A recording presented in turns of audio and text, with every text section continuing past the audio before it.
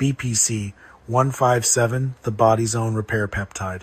For the past several months, I've been building something.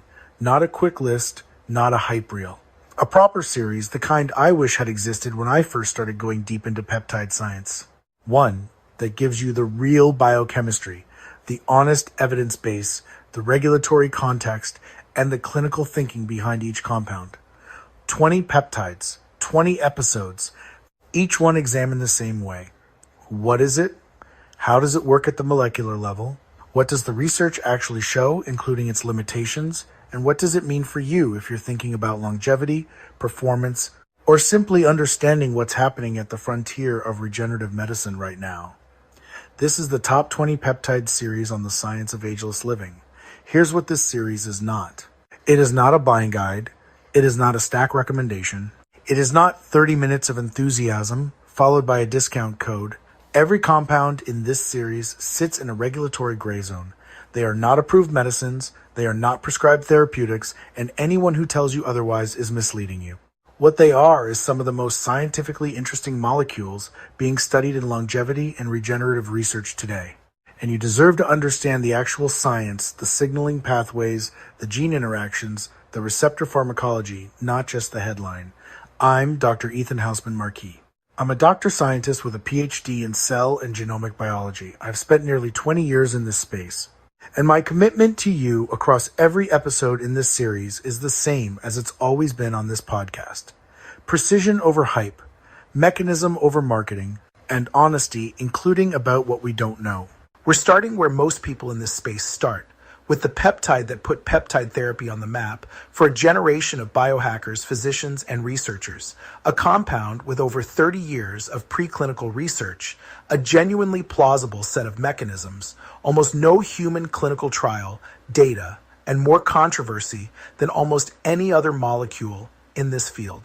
BPC-157, Body Protection Compound 157, Episode 1. Let's go. What if your body already makes a compound capable of healing torn tendons, repairing a leaky gut, calming an inflamed nervous system, and even supporting brain health after injury? What if that compound has been studied for over 30 years, and most people have never heard of it? Welcome back to the Science of Ageless Living. I'm your host, and today we're launching something I've been building for months, our series on the top 20 peptides making waves in longevity and performance medicine right now. And we are starting with the one that started it all for a lot of people in this space. BPC-157, Body Protection Compound 157. Let's talk about what it actually is, what the science really shows, including its very real limitations, and why it's simultaneously one of the most exciting and most controversial molecules in the peptide conversation today. Let's start at the beginning, because the origin of this peptide is genuinely fascinating. Back in 1993, a research team led by Dr. Predrag Sikaric at the University of Zagreb in Croatia was studying gastric juice, yes, the stuff in your stomach, specifically looking at what protects the stomach lining from acid damage. And buried inside human gastric juice, they found a naturally occurring peptide sequence, 15 amino acids long. They called it Body Protection Compound. And this particular sequence, number 157 in their library, became the focus of decades of work. Now, a peptide is just a short chain of amino acids, the building blocks of proteins. Your body makes thousands of them, and they act like molecular signals, telling cells what to do. BPC-157 is what we call endogenous, meaning your body produces it naturally. It's not some synthetic invention pulled from thin air. It's something your digestive system already makes, though in very small amounts. What caught researchers' attention immediately was its unusual stability. Most peptides are fragile. You swallow them, stomach acid degrades them, and they're gone before they can do much. BPC-157 is remarkably resistant to that degradation. It survives gastric conditions. And that's actually what makes it interesting as a potential therapeutic. You can, in theory, take it orally and have it remain active. The peptide is 15 amino acids long, with the sequence gly-glu-pro-pro-pro-gly, lis-pro-ala, asp-ala, gli, lu, val. Now, I don't expect you to memorize that, but what I want you to hold on to is this. It was discovered in the body, it's naturally occurring, and it has been studied in laboratory animals for over 30 years by this Croatian group and, increasingly, by independent researchers around the world. So that's the what. Let's talk about the how. What does BPC-157 actually do? This is the part where things get really interesting, and also where I want to be precise with you, because precision matters when we're talking about your health decisions.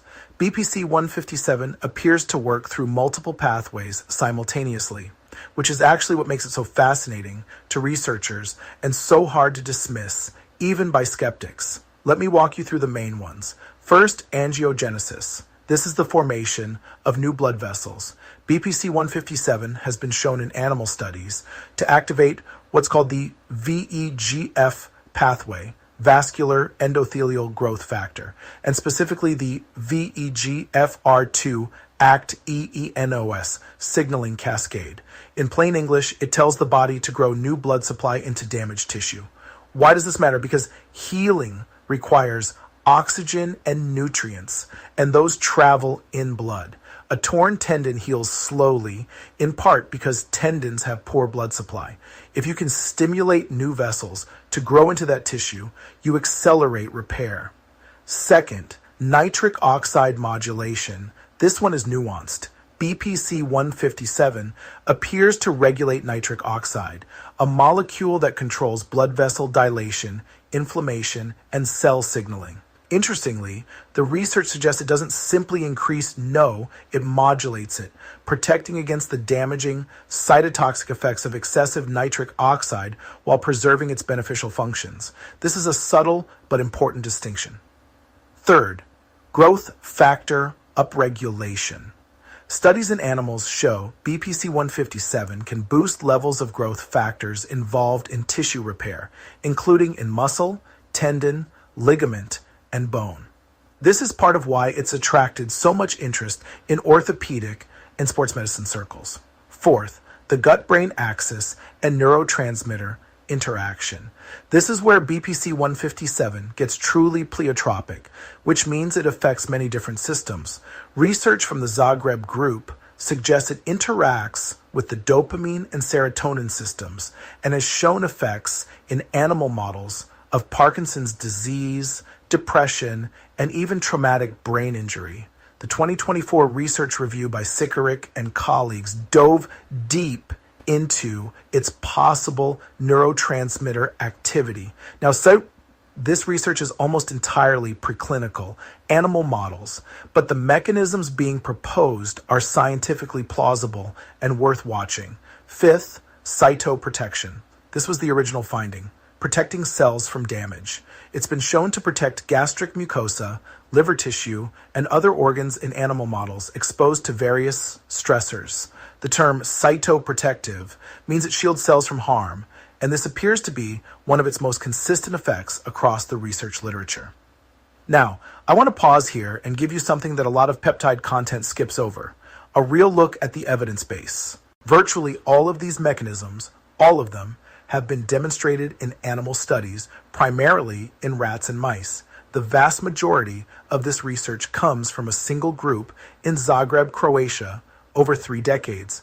That's remarkable dedication, but it also means independent replication has been limited. A 2025 systematic review published in a major orthopedic journal screened 544 articles on BPC-157. Of those, only one, just one, was a clinical study in humans that met inclusion criteria. The other studies were all preclinical animal models. That doesn't mean the animal data is wrong. Animal models are how we understand mechanisms, and many of the findings in BPC-157 research are biologically coherent and consistent. But it does mean we have to be honest. We do not yet have robust human trial data confirming these effects in people, and that matters enormously. Let's talk about the actual use cases people are discussing in the longevity and performance space and map them to what the evidence actually supports. The number one use case you'll hear about, musculoskeletal healing, tendons, ligaments, muscle injuries, even bone. In rat and rabbit models, BPC-157 has consistently accelerated the repair of surgically cut tendons, improved recovery from ligament tears, and promoted bone healing. The mechanisms, angiogenesis and growth factor upregulation, are biologically plausible explanations for why. This is arguably the strongest body of preclinical evidence for any proposed use. The 2025 Orthopedic Sports Medicine Systematic Review I mentioned confirmed this preclinical picture while making very clear that human data is essentially non-existent. Second, gut health and inflammatory bowel conditions. Given that BPC-157 was literally found in gastric juice, this shouldn't surprise you. Animal studies show it can reduce inflammation in models of colitis, protect against gastric ulcers, and support mucosal integrity, the lining of your gut. Some practitioners have been interested in this for conditions like Crohn's, IBD, and leaky gut. Again, preclinical data, but compelling mechanistically. Third, neurological protection. Models of stroke, traumatic brain injury, and neurodegenerative disease have shown BPC-157 exerting protective effects in animal studies. There's also data suggesting effects on mood-related behavior in animal models, reduced anxiety-like behavior, interaction with dopamine pathways. This is fascinating and genuinely worth watching as research matures. Fourth, cardiovascular protection and ischemia reperfusion injury. A 2025 study in Medicina looked at BPC-157's protective effects against ischemia reperfusion injury, the damage that occurs when blood flow is restored to tissue after a blockage. The findings in animal models were positive, but again, animals. What I want you to take from this segment is that the breadth of proposed effects is actually part of what makes BPC-157 both exciting and worth scrutinizing carefully. When something seems to do everything, you should ask hard questions. In this case, the hard questions are being asked, and the scientific community is genuinely divided about how to interpret 3 decades of predominantly animal data. I would be doing you a disservice if I didn't spend real time here, because this is where the conversation gets complicated. BPC-157 is not approved by the FDA for any therapeutic use. It is not approved by any regulatory agency anywhere in the world. Not the European Medicines Agency, not Health Canada, nowhere. There is no prescription drug containing BPC-157 legally approved for human treatment. In 2023, the FDA placed BPC-157 in what's called Category 2 for compounding pharmacies, meaning it cannot be legally compounded due to insufficient safety data. Before that, some compounding pharmacies were preparing it for clinicians. That avenue became significantly restricted. In 2022, the World Anti-Doping Agency added BPC-157 to its prohibited list under the S0 category, unapproved substances. If you are a competitive athlete subject to WADA or USADA testing, this is a substance you cannot use. There was one registered clinical trial under the name Peptide, registered in 2015 in Croatia, but it did not result in any approved therapeutic use. Now, what about safety? Here's an honest answer. We don't really know for humans. In animal studies, BPC-157 has shown a remarkably benign safety profile. The research group in Zagreb reports that a lethal dose, called an LD50, was not even achievable in their rodent toxicity studies at extremely high doses. And that's actually a very good sign for acute toxicity. But and this isn't important, but we don't have pharmacokinetic data in humans. We don't have dose response data in humans. We don't know what happens with long-term repeated exposure. And there is a theoretical safety concern worth taking seriously, because BPC-157 promotes angiogenesis, new blood vessel growth. There are unanswered questions about whether it could theoretically support tumor growth, since tumors also require new blood supply. The research from Zagreb argues strongly against this, citing anti-tumor effects in their models. But independent scientists have raised the question, and until we have proper human trials, it remains an open one.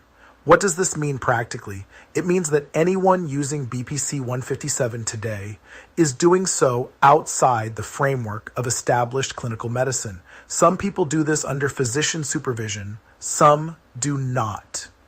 If you are considering it, I would strongly encourage having a physician involved, someone familiar with peptide therapies, and being honest with yourself about the fact that you are navigating terrain where the evidence base is still being built. We live in a moment where the peptide space is exploding. There are now hundreds of peptides being researched, discussed, and used, some with strong human trial data, some with almost none. BPC-157 sits in an interesting place. It has one of the longest research histories of any peptide in this space, a genuinely plausible set of mechanisms, and a consistency of animal findings that is hard to entirely dismiss. At the same time, it has almost no human clinical trial data, comes primarily from a single research group, and carries real regulatory and safety questions. That combination makes it one of the most important peptides to understand, not because the hype is necessarily right, but because learning how to evaluate BPC-157 teaches you how to think about this whole category of compounds. What should you watch for? New independent research is emerging. A 2025 systematic review, independent commentary in inflammopharmacology, new mechanistic papers. The conversation is growing beyond Zagreb.